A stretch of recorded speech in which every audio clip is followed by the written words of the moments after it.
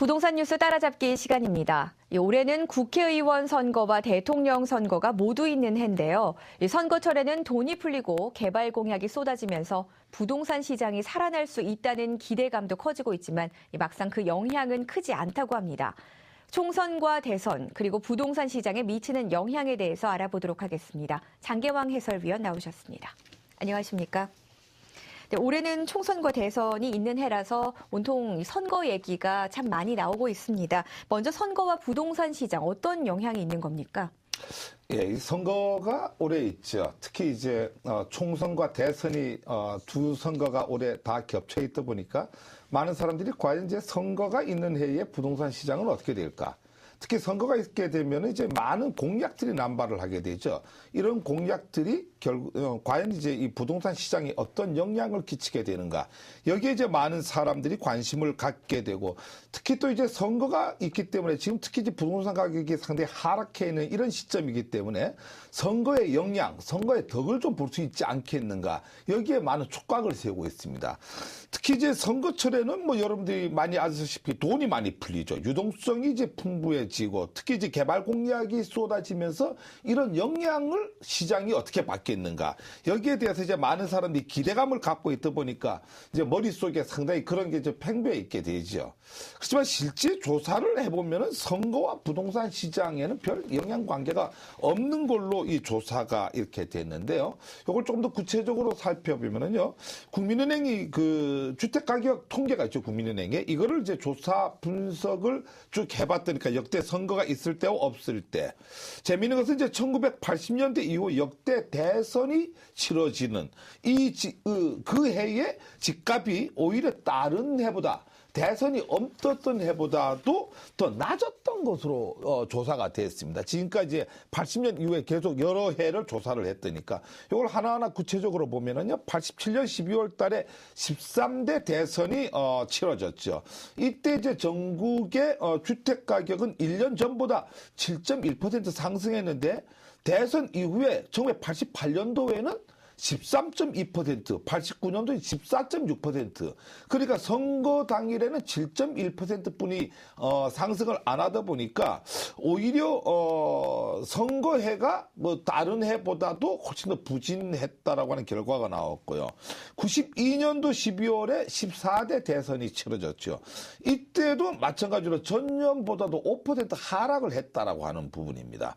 전년과 후년에는 각각 0.5%, 0.2% 하락했는데 선거가 있던 해에는 5% 하락했으니까 선거가 있기 전하고 후해보다도 훨씬 더 하락의 폭이 컸다라고 하는 어떤 이런 부분이죠. 16대 대선이죠. 2002년. 이때는 전년 대비 16.4% 급등을 했습니다. 그래서 물론 이제 그 전해도 2001년도에도 9.9% 상승을 했고 2003년도에도 5.7% 상승을 했는데 선거가 2002년도에 있을 때는 16.4%가 상승을 해가고 상승폭이 그 전후에보다 좀 더 높았지만은 이때에 높아진 어떤 상승률을 자세히 분석을 해보면은 월드컵 특수죠. 특히 이제 2002년도 같으면 대한민국에서 부동산 시장이 가장 높았던 상승세가 두드러졌던 한 해였다라고 하는 거죠. 내수 경기가 비교적 좋았기 때문에 전체 시장의 장세가 커져갖고 상승세가 있었다 이렇게 보고요. 그 다음에 대선이죠. 2007년도가 있었던 12월달 기준으로 보면은 전국 주택 가격 변동률이 3.1%로 전해 그러니까 2006년도에는 11.6%였는데 선거 때가 되니까 3.1%뿐이 상승을 안 했더라. 그래서 이런 어떤 결과치를 본다라고 하면은 지난 한 25년간의 대선이 있었던 때가 오히려 그 전후의 해보다도 훨씬 상승률은 낮았고 하락률은 더 깊어갔다. 이런 어떤 통계 자료를 본다라고 하면은 올해 시장도 뭐 그런 측면에서 예측이 되지 않나 이렇게 생각이 됩니다. 네, 뭐 일반적으로 볼 때 선거 전후를 생각하면 유동자금도 많이 있고요. 또 그리고 또 각종 부동산 관련 공약이 나오기 때문에 좀 더 기대감이 나오게 마련이거든요. 근데 지금은 왜 하락 장세가 이어지고 있는 겁니까? 예, 일반적으로 이제 많은 사람이 선거가 있는 해는 아까 얘기대로 유동성이 상당히 풍부한 걸로 인식을 하게 되죠. 네. 실질적으로 선거에 자금이 많이 풀리기 때문에 유동성이 다른 해보다 많아지는 건 사실입니다. 거기에도 이제 많은 부동산 공약이 나오다 보니까 사람 심리적으로는 상당히 들뜨게끔 돼 있다라고 하는 거죠. 그래서 이 단기적으로 이제 많은 활성화 대책을 내놓는데 문제는 이런 투자 심리가 과연 시장으로까지 바로 반영이 되느냐, 뭐 이런 쪽에서 이제 현실적으로 반영은 잘 되지 않는다라고 하는 게 이제 입증이 된 자료죠. 네. 이게 왜 그러냐면 이제 특히 선거 공약이라고 하는 개념을 우리가 따져볼 필요가 있습니다. 공약이라고 하는 것은 장기적 관점에서 제시를 하게 되죠. 내 임기 기간 동안에 뭘 어떻게 하겠다라고 하는 어떤 부분입니다. 그러니까 지난 대선 같은 경우에 대표적인 공약이 이제 뭐 뉴타운에 관련된 공약이죠. 그게 총선에서 이제 서울 지역의 뉴타운에 해당 지역에 많은 사람들이 당선은 됐지만은 그 공약으로 인해 과연 시장에 어떤 영향을, 가격에 어떤 영향을 미쳤느냐, 이거는 별개 문제라고 하는 부분입니다. 그래서 이 공약이라고 하는 것은 시장에 반영되기까지에는 상당히 기간이 걸리고 오랜 시간이 소요가 된다라고 하는 어떤 이런 부분하고, 그다음에 이제 선거로 인해 선거가 있는 해에는요, 온 신경이 전부 선거에 쏠린다라고 하는 거죠. 그러다 시장의 기능은 오히려 정상적으로 돌아가지 않는다. 이런 어떤 또 하나의 분석이 가능한 거죠. 선거에 많은 관심을 뺏기다 보니까 시장의 순기능 자체는 일반적으로 경제가 돌아가는 시장보다는 그러지 못하다. 이런 게 있다 보니까 한국부동산연구원에서 지난 1월 달에 보고서를 하나 냈습니다.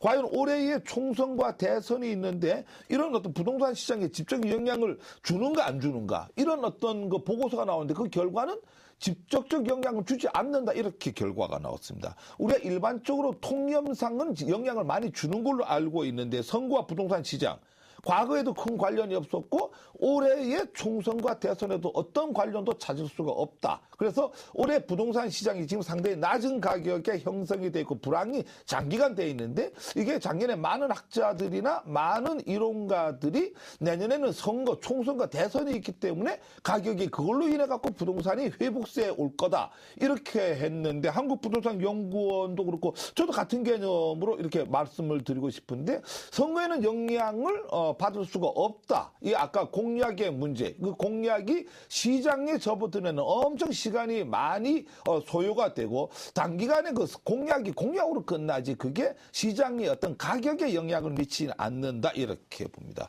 특히 연구원 분석을 몇 가지를 더 이렇게 얘기를 해보면은 1987년도 이후에 6번의 총선이 있었고 5번의 대선이 치러졌습니다. 이게 이제 전국 땅값 지역 평균 5.58% 이렇게 상승이 됐습니다. 그러니까 총선과 대선이 이루어질 때요. 근데 선거가 없었던 해에 땅값의 상승률은 5.61%.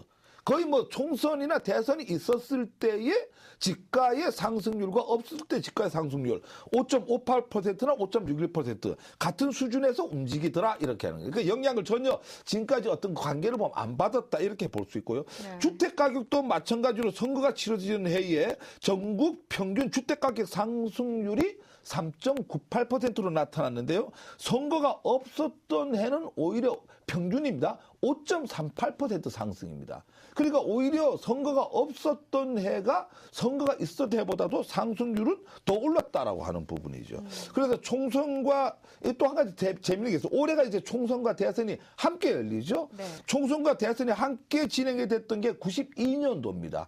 92년도 경우 같은 경우에는요, 땅값이 마이너스 1.26%, 집값이 마이너스 4.97%. 오히려 다른 해에 비해서 총선과 대선이 있을 때가 더 많이 하락을 했다, 이렇게 보여집니다. 그래서 우리가 여기서 토지 가격이나 주택 가격을 한번 생각을 해볼 수 있다, 이거죠.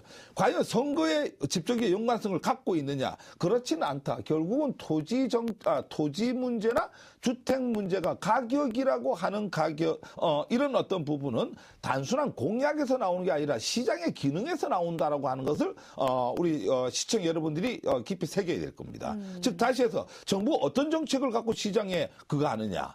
펼친 정책을 펼치느냐, 또 경제 여건이 어떻느냐, 세계 경제 여건과 우리 금융 환경이 어떻느냐, 이런 어떤 부분들이 어떤 토지가나 주택가에 영향을 미치지 선거 공약이라고 하는 게 이런 어떤 토지 가격이나 주택 가격에 영향을 미치지 않는다. 이렇게 보시는 게 정확할 것 같습니다. 네, 말씀을 쭉 들어보니까 뭐 선거의 공약들 또 유동성이 크게 뭐 부동산 시장에는 영향을 미치지 않는 것으로 보이고 있습니다. 근데 워낙 침체가 있고 또 기대감이 크다 보니까 작년에 많은 전문가들이 올해 부동산 시장은 이 선거로 인해서 많은 영향을 받고 좀 시장이 되살아날 것이다라고 예측을 많이 했었습니다. 하지만 쭉 얘기를 들어보니까 많은 영향이 없을 것 같거든요. 올해도 역시 선거에 영향을 받지 못할까요? 뭐 결론적으로 얘기하면은 선거의 어떤 공약이나 또 뭐 이 선거철의 유동성 때문에 시장이 나아진다. 이거는 기대하기가 어렵습니다. 왜 그러냐면 선거 외의 영향이 있죠. 선거 외적 부분이 이제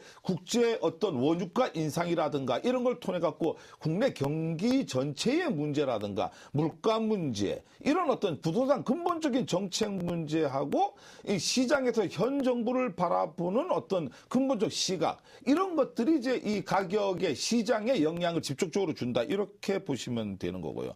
특히 이제 이번 선거의 특징이 지난 선거와 많이 틀리죠. 지난 선거는 뭐 여러분들 많이 알다시피 뉴타운 정책들이 총선 얘기하는 겁니다. 엄청 시장에 많은 영향을 줬습니다. 그래서 야당이 작년에는, 지난번에는 민주당이 많이 패하고 한나라당이 그 당시에 이제 많이 올라설 수 있었던 것은 이제 뭐 결국 이명박 대통령이 그 당시에 뉴타운의 전도사로서 역할을 했고, 시장에서 많은 공약들이 뉴타운을 하겠다라고 서울 도심지에서 외쳤고, 그분들이 결국은 시장에 영향을 못 주고 당선이 되는 데만 어떤 영향을 줬다라고 하는 부분이죠. 그럼 그 이후에 당선이 되고 난 뒤에 뉴타운 정책이 올바르게 갔느냐, 정확하게 가갖고 어떤 시장 영향에 끼쳤느냐, 그러지 못하다라고 하는 거죠. 이런 공약이라고 하는 것은 당선이 되고 안 되는데 영향을 미치는 거지 부동산 시장에 직접적으로 영향을 미치지는 않는다라고 하는 거죠.